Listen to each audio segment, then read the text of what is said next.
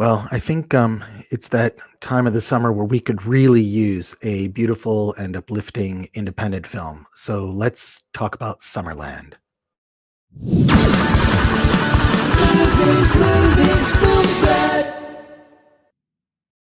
Welcome to the Film Threat Podcast. I am Chris Gore. I am pleased to be joined today by the director of Summerland, Jessica Swale, and Gemma Arterton has joined us as well, the lead actress in the film Summerland. Thank you for being on the show today. It's a pleasure. Thank you. Thank you for having us. This is the type of independent film that it's a period piece. It's beautiful. It's also about art and relationships and people that inspire us, and also tragedy. Where did this project come from? How did this all come together? And Gemma, how did you get involved? Well, no, Jess, you have to start because you wrote it. It was a sort of. It was a film that was really born out of a sort of genuinely kind of moment by moment development of an idea, rather than being inspired by anything that already existed. Because quite often I write from, based on a historical theme or a character, but this was a really lovely break from that for me to just make something up. And that really comes from the fact that I just really believe in the power of imagination, and I think that's one of the fantastic things that cinema can do. And I was given the opportunity to write something specifically for the screen that was original, and usually as a writer you're asked to write something based on a franchise or a novel, or so really starting from scratch, I just was thinking about what cinema can possibly do, actually, if you've got all those tools at your disposal and you can do whatever you want. And I kept thinking about the what if of that. What if there was magic? What if there was more than what we can see in our everyday lives? Let's use cinema to kind of explore that possibility and to celebrate it. And so it came from a very optimistic place, really, and my sort of personal belief that there is always hope, regardless of how grim things get. And which is another reason why right now I feel like this is a really special moment to be bringing this film out into the world. And Gemma and I had already worked together on Nell Gwyn and become very, very good friends over that course of the process. And so when it seemed like there was an opportunity, when she told me that she really loved the script for this, and I asked her to play Alice and she said yes, that was a lovely night. I remember it well. Yeah. Can you tell us about getting involved in this, Gemma? Yeah, it kind of came about in a very sort of roundabout way, an unconventional way. I read the script not as an actress, but as a producer, just wanting to work with Jess, having been a fan of her work, and Alice wasn't originally written for an older. She was written older than me, so I just didn't think when I was reading it that I would be in it. I just fell in love with the script and the story and the characters as a whole, and I just wanted to be involved in some way that I could to get it actually realized. And then Jess said, "Well, you should play Alice, and we'll work on it, and we'll make the age more appropriate for you." And that was just like a real gift, because I loved the character. She's so not what I have had played before, in that she's a real cantankerous, grumpy, for her, she has her reasons, but starts the film as a, very different to anyone I'd ever played before in that sense. So it was an opportunity for me to really flex my muscles and try something else out. But more than that, I just wanted to be involved in the film as a whole, because I thought it was so special, and I hadn't seen anything like that before. I love magic realism, so anything that kind of blurs the lines of real and make believe is always draws me in, and this film sort of laces it through all the way through, and it's very artfully done. So that's why I wanted to do it. Also, I wanted to work with Jess on a directorial.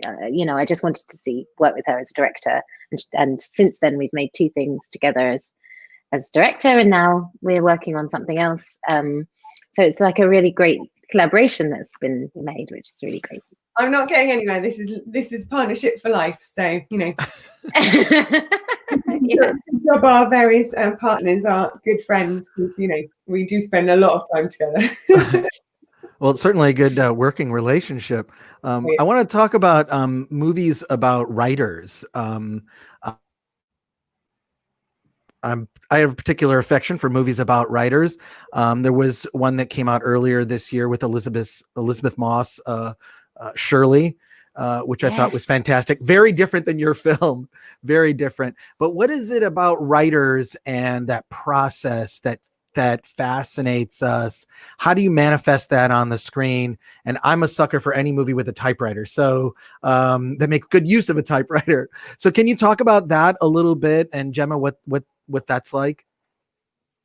Well, I had the best person next to me to explain to me what that was like, because Jess is a prolific writer.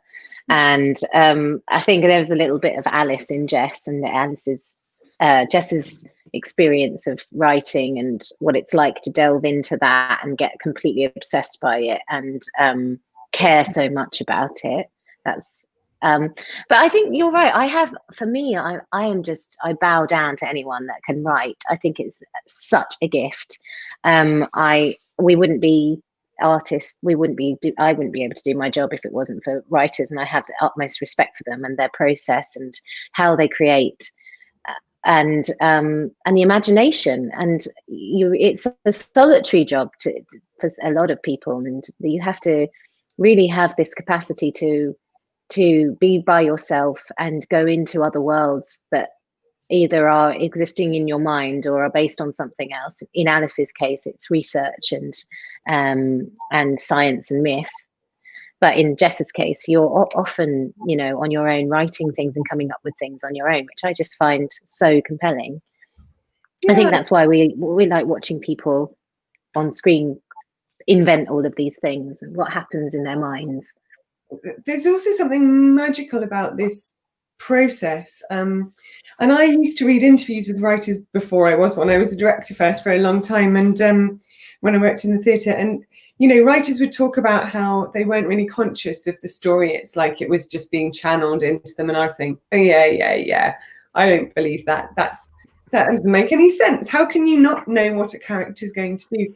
Or what they're going to say? But I absolutely live by that now, and I rely on it. And I think that's partly what we love about the idea of a writer, is that there's someone who is inherently mysterious. They start from nothing, and then they invent a world and a place and time and characters who, when you bring actors into that, create those characters with you to the extent that people believe in them as whole human beings. And there's something, I don't have children, but I have a lot of characters that I've made, and I feel very affectionate for them and feel very much like they're real people, but I can't really explain the process.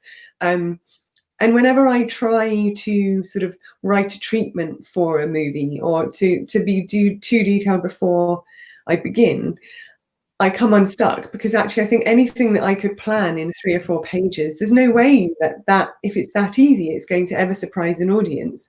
And instead what I do now is, I really like to write into the movie and to write enough to start to feel the character's voice as well and to be able to hear it. And at that point,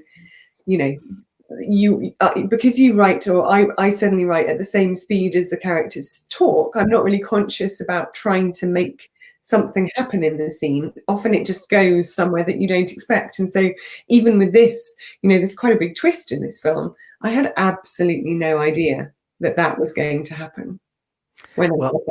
Well, I will say on the twist, I recommend, if you're watching this interview, you haven't seen the trailer for the movie, avoid watching the trailer for Summerland. Just go and watch the film. I was fortunate enough to not see the trailer before I saw the film. I think it really made it a great experience to have all those things unfold.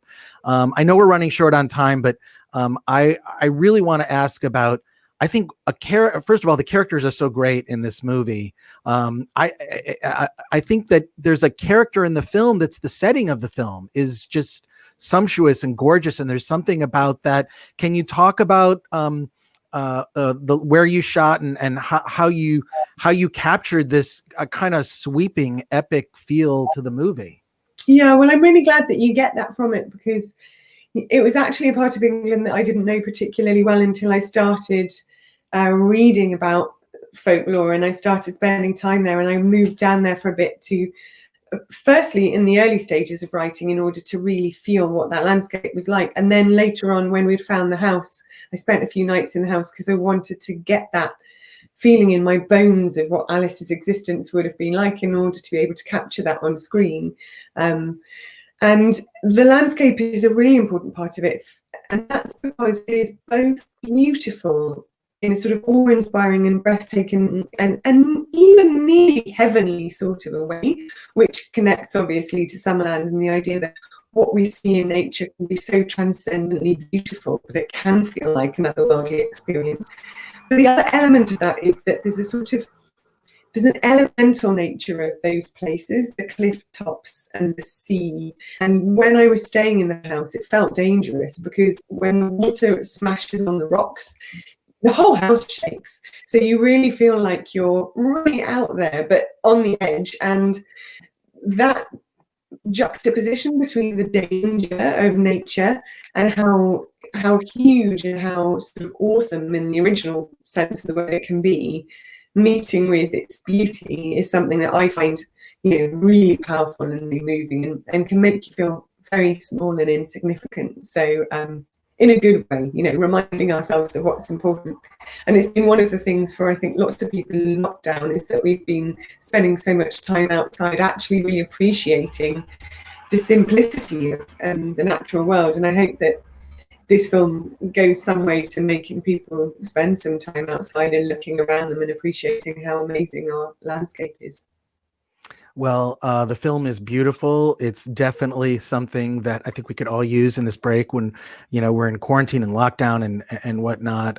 Jessica, Gemma, thank you so much for joining me on the Film Threat podcast. And I also want to thank our sponsor, Storyblocks. If you want to be a filmmaker and a director like Jessica, you should go to storyblocks.com/filmthreat. Congratulations on the movie. It's absolutely beautiful and something we really could use right now. I just so appreciate. I think this is a new golden age for indie films, because you're not competing against the big blockbusters, right? I think this is a great time to discover so many great indie films. We hope so. Yes. And it's a real privilege actually to be opening this film at when the cinemas, when people are starting to go back. I know it's different in most parts of the States at the moment, but for us in the UK, this is going to be the first film, or one of the first films, to reopen our cinemas after the drought. And it's about the fact that things can get better if you put enough belief into that. What more can you say? Hey, long live the cinema. Well, yes, I agree. I've been going to the drive-in myself, and a lot of indie movies have been opening at the drive-in. So in the United States, the drive-in is ruling right now. I'm fortunate to live near 3 drive-in movie theaters. So fantastic. Thank you so much for joining us on the Film Threat podcast. Congrats on the movie. It's beautiful and amazing. Thank you. Thank you so much, Chris. Thank you. I know.